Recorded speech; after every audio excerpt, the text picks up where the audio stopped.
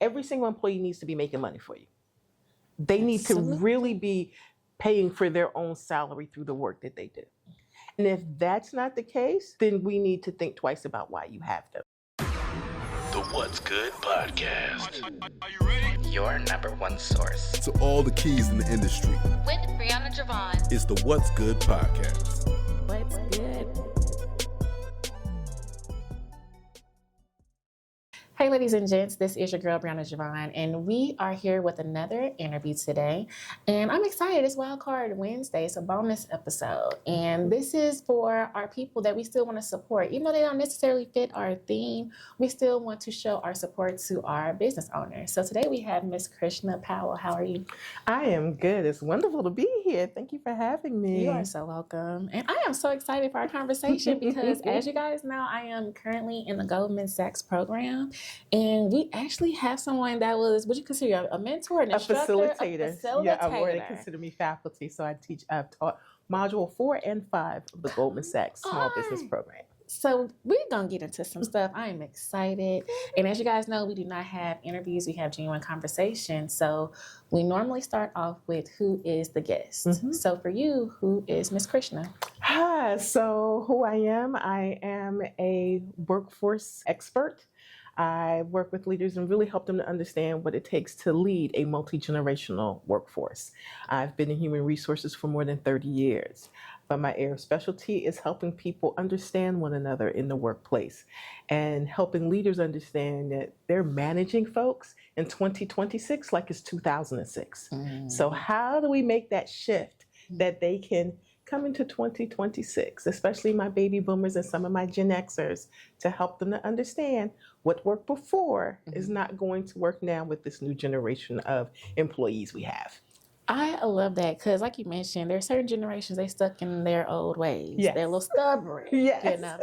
And so that's really good that you bring that up. And so as a new business owner myself, I feel like sometimes I'm a little stubborn. What you don't know is what you don't know, right?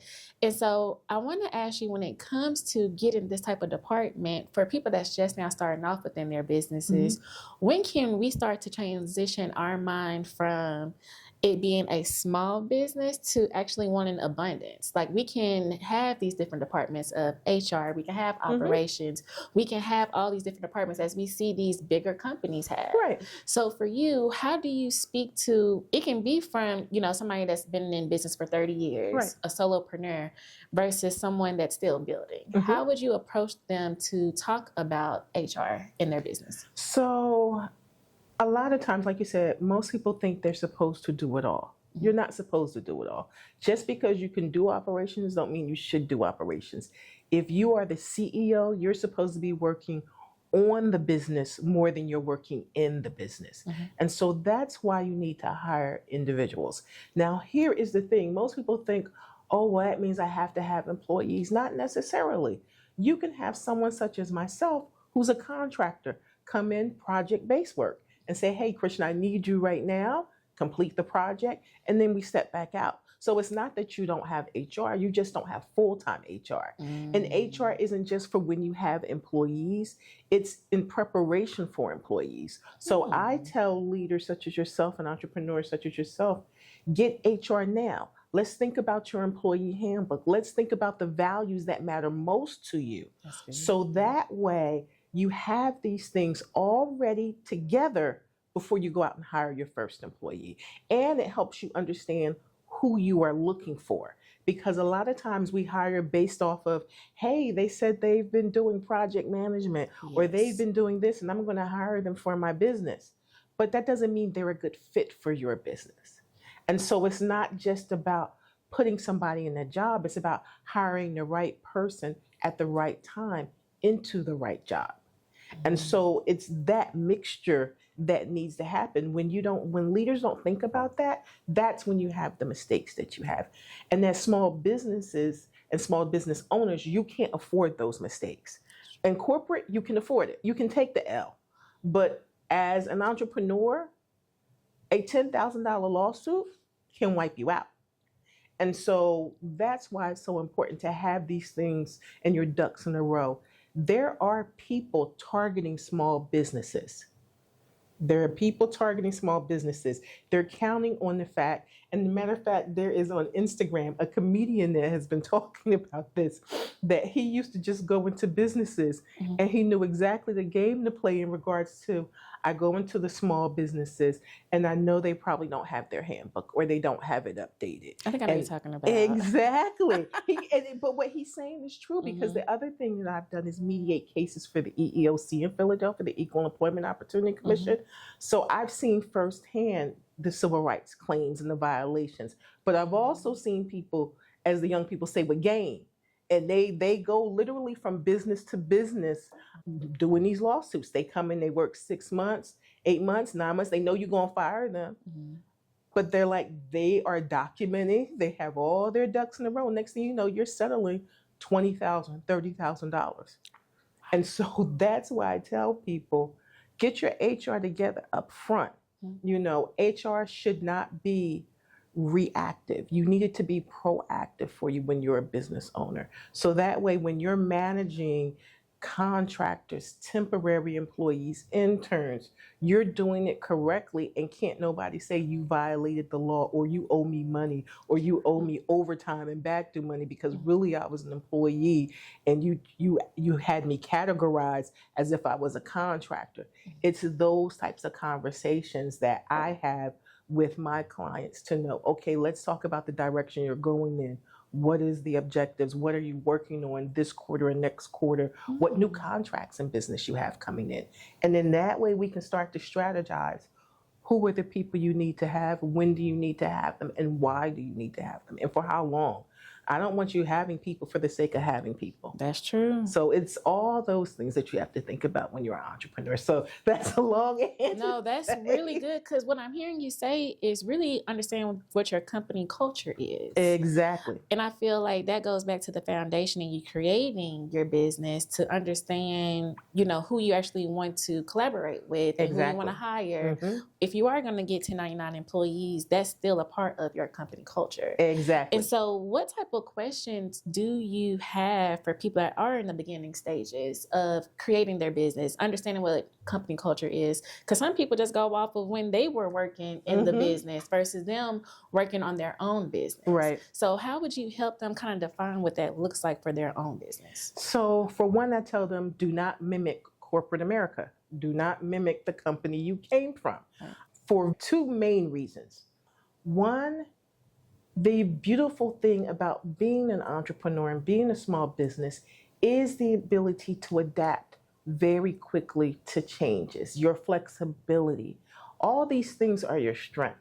If you try to mimic corporate, you're not going to have that as a strength, because corporate, as you know, is very, hey, we have all these ducks in a row and we have to get all these approvals before we can make a move.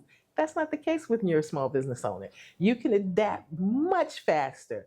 And so think about what those strengths are that you have as a business owner, and that's what you play off of first and foremost. The other reason why I say don't mimic corporate is because one of the things where people say, well, Krishna, I don't need you. I got my own employee handbook. I copied it from my job. Yikes. And now I got the same handbook as they did. And they're like, and I know it covers the whole U.S. But I say to them, but it didn't take care of your business. And so literally you have leaders and entrepreneurs who, you know, again, use their old company handbook, take off, you know, the logo and say, now this is mine. But can you really do what that employee handbook says? Because that now is your guideline. And so I've had entrepreneurs come to me because their employees come with the employee handbook and say, it says here we have a limited PTO. Ooh. I'm going to now take vacation for the next 6 weeks. And they're like, Krishna, what am I supposed to do? When your employee handbook says that that's what they're going to receive. And you don't have any stipulations here. Or maybe the stipulations is you have to work 90 days. Well, they're at the 91st day and now they want 6 weeks off. What can you do but give them the time off? And it's paid. And it's paid. So it's those things. And I have had that happen to entrepreneurs where, you know, the gentleman was sick this summer. I'm like, you put this in. And here was the kicker. The person took 6 weeks of leave, came back, worked for 2 months, and then said, I need to take another 6 weeks because he didn't update the handbook. And I was like, he said, I can't believe a leader would do this. Yeah, Yeah, even if you hire them and you thinking at their management level, at this level, that doesn't matter. If you done left that loophole in there, Somebody gonna go catch down. it. Exactly. After that, of course, he was like, Krishna, okay, we need to look through my whole input. Because at that point, that sounds like an audit to me. Exactly. So when you do go in and you kind of hear what they already have in place as far as protocols, SOPs, do you do it's okay, SOPs? Yeah, so we do the HR audits, like you said. Wow. Okay, so let's give an example of like a transformation moment, right? You came in, you were like, hey, let's see what's going on. These are things that are needed as far as changes. Right. Make sure you do these changes. Right. You don't want to be like, homeboy, you just mentioned. But these are the things that need to be changed, and this is how we're going to do it. Can you provide us a transformation story? Yeah, so one of my favorite transformation stories is here in Texas. I have quite a few clients here in Texas, in Houston and in Dallas. And so I had this one entrepreneur, and I still have her as my client, but she was struggling with trying to figure out how to manage her people and do it from a leadership standpoint and not be mothering people, but really be a CEO. And so she and I worked together because I don't just work on the HR aspect, it is the mindset behind managing people that needs to occur. And so when you're working together day in and day out, especially side by side, when you're a CEO working in the business as much as she was, it was hard for her and the employees to now have that clear line of delineation. But after a few months of coaching, providing her with guidance, she not only made the shift, but now she is in her CEO bag like it's nobody's business. No, that's and great. When I tell you I am so proud of her, she's just like, I can't believe she's been in business for quite a few years before she and I got together. But again, it was a family-owned business. So you go from working with family to now having to manage family, and then you're managing friends. And how do I get them to see me as a CEO? Yeah. So now to know that she's working with her best friend, and her best friend recognizes her now as the CEO, that they have that relationship now that it's like, okay, I know what my role is. She knows what her role is. And we are about our business first and foremost when we're in between these four walls. And that's a beautiful thing to see. It's boundaries. That to me is a true transformation because I've seen the load lift off of her. I see her much happier. I see her where she actually loves what she is doing. Because if you're not careful as an entrepreneur, your business can become your burden and not your blessing. And so I want it to always be a blessing for my entrepreneurs. Is everyday sunshine and roses? No. But I do want it to be where you go, there is nothing else I would still rather be doing.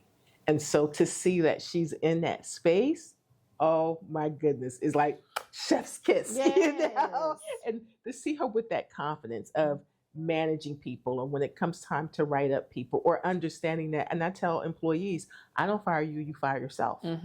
Because it's up to you to decide if you're going to do the job and meet the qualifications. If not, then okay, you've shown me that you don't want to be here. And I believe your behavior more than your words.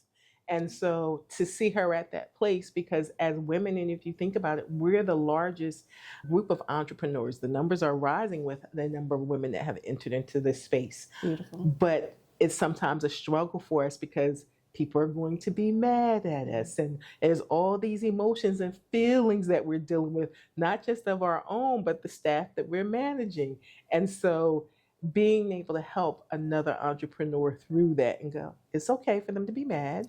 And this is what we need to do. And here are the expectations, and make it clear. And then again, to see that they go home not weighed down. They go home happy and, okay, wasn't an easy day, but I'm not taking this stuff home with me. And that's what I love to see. That's the transformation to me that makes a world of difference. And then after that, the money comes. All those things come. Because when people understand their roles, then you'll see your business grow and develop, because everybody's focused on what they need to be focused on.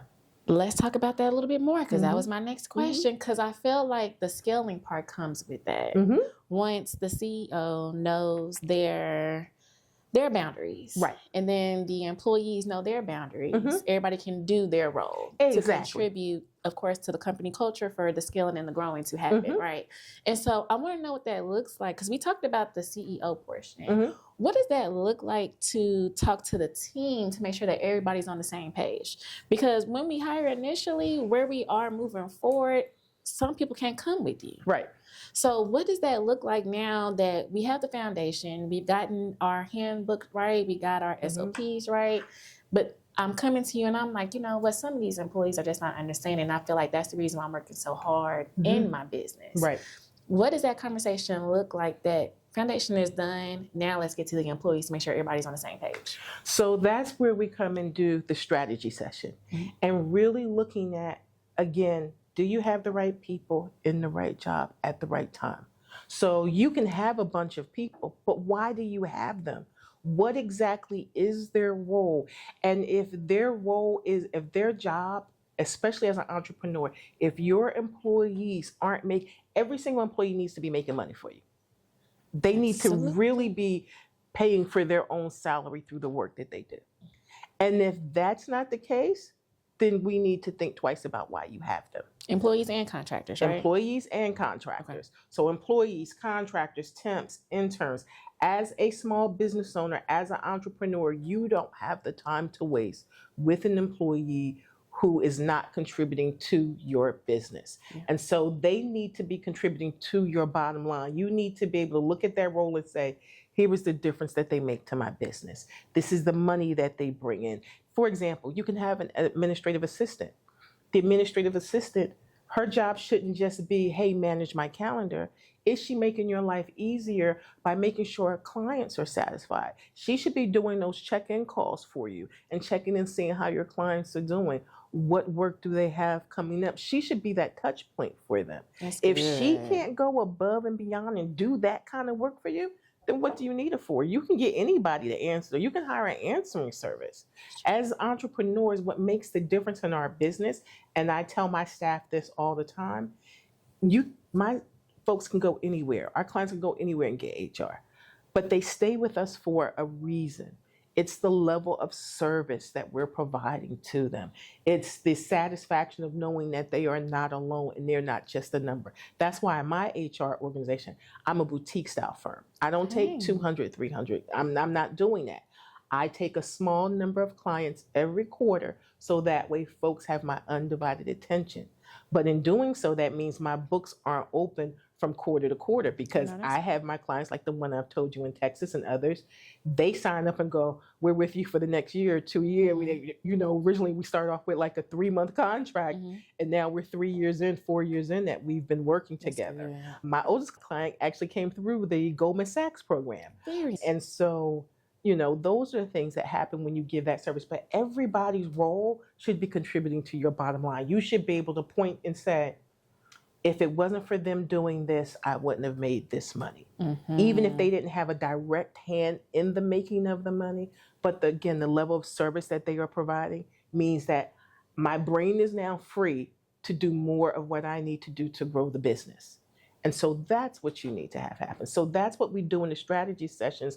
We look at, okay, what are your goals over the next 2 years, 5 years, and then 10 years? We don't just go to 10 years. Let's talk about where we're at now in 2 years. Now, if you want to talk 10 years and then we back into it, we can do it that way as well.